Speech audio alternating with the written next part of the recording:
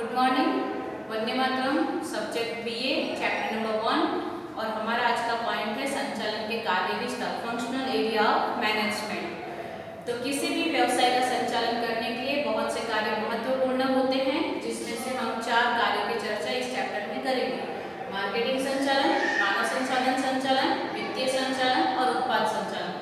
अब वस्तु का कितना उत्पादन करना, यह जानकारी मांग पर आधारित होती है और वस्तु की मांग किस प्रकार से प्राप्त करना, यह जो कार्य होता है वो होता है बाजार संचालन का। अब हमें वस्तु की कितनी उत्पादन करना है, वस्तु की क्या मांग है, वो जानकारी प्राप्त हो जाएगी तो उसके बाद वित्त की आवश्यकता पड़ेगी। कार्य को पूरा करने के लिए यंत्र सामग्री, जमीन, मकान, सारी चीजें सेटअप करने के लिए, तो जो वित्त की आवश्यकता है वो आ जाएगा वित्तीय संचालन में।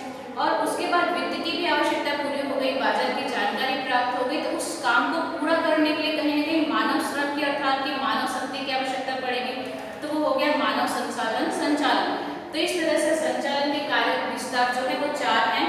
सबसे पहला बाजार संचालन, दूसरा मानव संसाधन संचालन, वित्तीय संचालन और उत्पादन संचालन, जिसमें से आज हम चर्चा करेंगे बाजार संचालन की, मार्केटिंग संचालन। तो मार्केटिंग संचालन को भी बाजार संचालन के नाम से जाना जाता है। ये आपको सेक्शन डी में पूछा जाता है 3 मार्क्स में। सबसे पहले हम देखते हैं उसका अर्थ कि माल या सेवा को उत्पाद से ग्राहकों तक पहुंचाने की प्रक्रिया को विशाल अर्थ में मार्केटिंग संचालन कहते हैं। अर्थात जो भी वस्तु है उसको अंतिम उपभोक्ता तक पहुंचाना।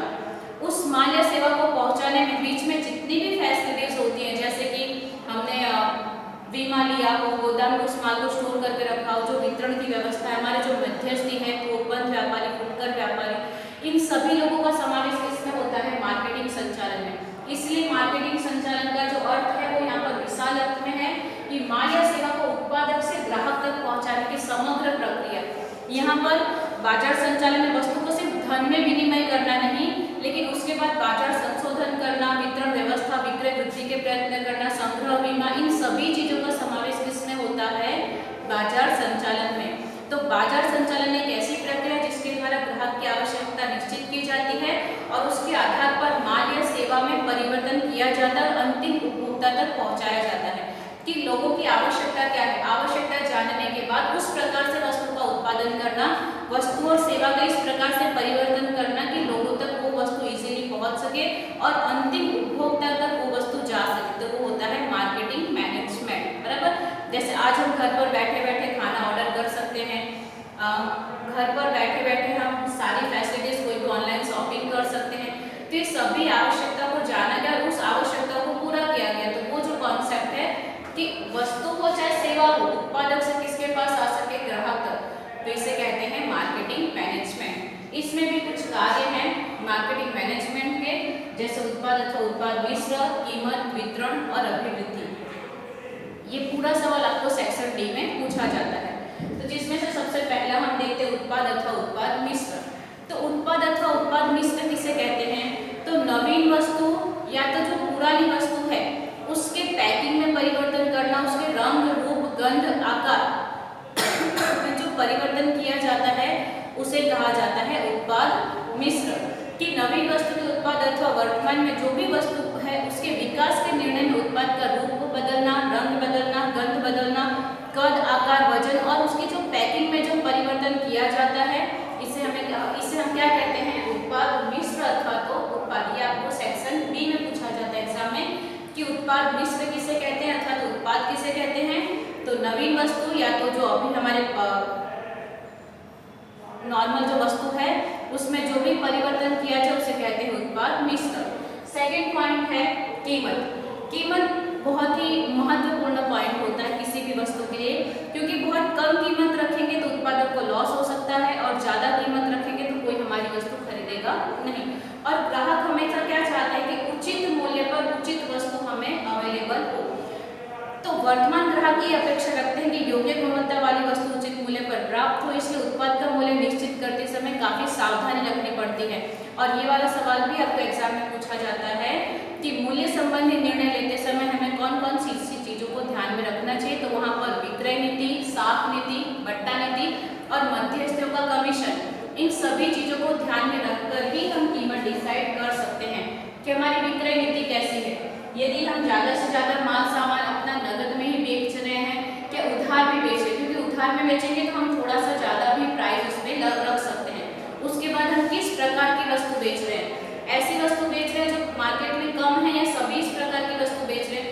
यदि हम कुछ नवीन वस्तु बेच रहे हैं तब भी हम कुछ ज़्यादा पैसे ग्राहकों के पास से वसूल कर सकते हैं। हमारी साख नीति किस प्रकार से, मध्यस्थी किस प्रकार से है। यदि हम परोक्ष और प्रत्यक्ष दो प्रकार के वितरण होते हैं। यदि हम प्रत्यक्ष कर रहे हैं तो वहाँ पर हम कीमत थोड़ा कम भी रखेंगे तब भी चल सकता है, लेकिन यदि हम परोक्ष वितरण कर रहे हैं तो हमारे अलग अलग मध्यस्थियों का भी कमीशन होगा। उत्पादक के पास से थोकबंद व्यापारी अपना प्रॉफिट लेगा, फिर फुटकर व्यापारी भी खुद का प्रॉफिट जोड़ेगा, उसके बाद ग्राहकों तक वस्तु पहुंचेगी। और उसमें भी यदि हमने एडवर्टाइजमेंट किया होगा तो एडवर्टाइजमेंट का खर्च भी कहीं ना कहीं वस्तु की कीमत में से ही वसूला जाता है ग्राहकों के पास से। तो कीमत डिसाइड करना सबसे महत्वपूर्ण चीज होती है। इसलिए सवाल आपके बोर्ड एग्जाम में पूछा जाता है कि मूल्य संबंधी निर्णय लेते समय किन किन बातों का ध्यान रखा जाता है। तो साख नीति, बट्टा नीति, विक्रय नीति और मध्यस्थियों का कमीशन, इन सभी चीजों के आधार पर हम वस्तु की कीमत डिसाइड कर सकते हैं। थर्ड पॉइंट है वितरण। यहाँ वितरण वाला पॉइंट अर्थात वही आ गया कि हम प्रत्यक्ष वितरण करेंगे कि परोक्ष, अपने मध्यस्थों के द्वारा करेंगे कि एजेंट के द्वारा, एजेंसी के द्वारा। जब बहुत बड़ी इकाई होती है तो वहाँ पर क्या होता है कि अलग अलग जोन वाइज भी डिवाइड कर दिया जाता है कि साउथ जोन का अलग व्यक्ति देखेगा, नॉर्थ जोन का अलग, ईस्ट का अलग, वेस्ट का अलग। तो अलग अलग व्यक्ति को एजेंसी सौंप दी जाती है और वो जो विभाग है वहाँ पर वस्तु की कमी न हो ये देखने का काम इनका होता है कि हर अंतिम उपभोक्ता तक वह वस्तु पहुँचा दी जाए। जैसे आपने देखा होगा कि टीवी पर जब भी एडवर्टाइजमेंट आती है तो एडवर्टाइजमेंट आती है तो हम जब वो वस्तु बाजार में लेने जाते हैं तो वहाँ पर वो अवेलेबल होता है। तो किसी भी वस्तु का एडवर्टाइजमेंट करने से पहले वो बाजार में इसलिए पहुँचा देते हैं ताकि एडवर्टाइजमेंट देखने के बाद जब ग्राहक उस वस्तु की डिमांड करे तो वहाँ पर वो वस्तु अवेलेबल रहे, क्योंकि ग्राहक वेट नहीं करते। यदि वो वस्तु नहीं होगी तो वो अपनी आवश्यकता संतुष्ट करने के लिए कोई दूसरी वस्तु तो खरीद कर घर पर आएगा ही, या तो वहाँ नहीं होगा तो किसी और शॉप पर जाएगा, बराबर। तो वितरण का जो पॉइंट है वो काफी जरूरी है कि जो वस्तु ग्राहक चाहता है वो वस्तु उसके घर के आसपास की दुकान में अवेलेबल रहे, तो वो वस्तु रहे। इसमें जो मध्यस्थी होते हैं वो काफी इंपॉर्टेंट रोल वहाँ पर अदा करते हैं। तो वितरण संबंधी निर्णय में अपनी दुकान द्वारा विक्रय करना है कि थोकबंद व्यापारी, फुटकर व्यापारी, एजेंट, इन सभी चीजों को ध्यान में रखना जाता है। और वितरण की बात व्यवसाय के कद और विस्तार के साथ भी जुड़ी हुई है कि हमारा धंधे का कद किस प्रकार का है। छोटा धंधा होगा तो वहाँ पर हम प्रत्यक्ष विक्रय भी कर सकते हैं, लेकिन बड़ा धंधा होगा तो वहाँ पर हम प्रत्यक्ष विक्रय चाहकर भी नहीं कर सकते। हमें कहीं ना कहीं थोकबंद या फुटकर व्यापारी या किसी न किसी एजेंट या सेल्समैन की मदद लेनी पड़ सकती है। लास्ट पॉइंट है अभिवृद्धि। अभिवृद्धि अर्थात अपनी वस्तु को अधिक से अधिक बेचने के जो प्रयत्न किए जाते हैं उसे कहा जाता है अभिवृद्धि।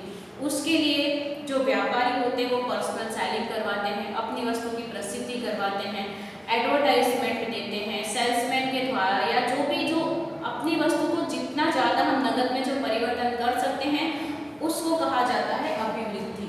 मतलब कुछ भी हो जाए, हमारा माल सामान जो भी माल हो जाए, सेवा हो जाए, जो भी हो उसका नगद में रूपांतरण हो जाए, चाहे वो वस्तु ग्राहकों की आवश्यकता की हो चाहे ना हो, लेकिन हमारा हमने जो भी उत्पादन किया है वो चाहे कोई वस्तु हो चाहे सेवा हो, उसका किस में कन्वर्ट हो जाना चाहिए, नगद में। उसके लिए जो भी प्रयत्न किए जाते हैं वो सभी प्रयत्नों का समावेश किस में होता है, अभिवृद्धि में। जैसे कि आपने देखा होगा कई बार किसी वस्तु पर डिस्काउंट होता है, डिस्काउंट कूपन होते हैं, एक पर एक फ्री होता है, 3 के साथ एक फ्री होता है। तो इन सभी का मेन उद्देश्य क्या होता है, सेल लिखा होता है कहीं कहीं पर। तो इन सभी चीजों का मेन उद्देश्य क्या होता है कि ग्राहक अधिक से अधिक हमारी वस्तु खरीदे और अपना जो पैसा है वो हमारे वस्तु के पीछे खर्च करे।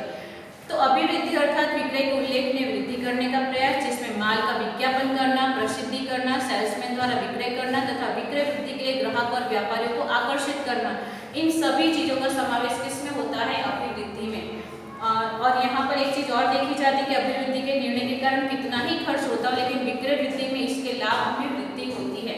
अर्थात हम अभिवृद्धि करने के लिए जो भी खर्च करते हैं, जैसे कि एडवर्टाइजमेंट की, तो एडवर्टाइजमेंट करने की वजह से हमारे जो खर्च है वो भले खर्च होता है, लेकिन एडवर्टाइजमेंट का फायदा कहीं ना कहीं हमारे बिजनेस को ज्यादा मिलता है।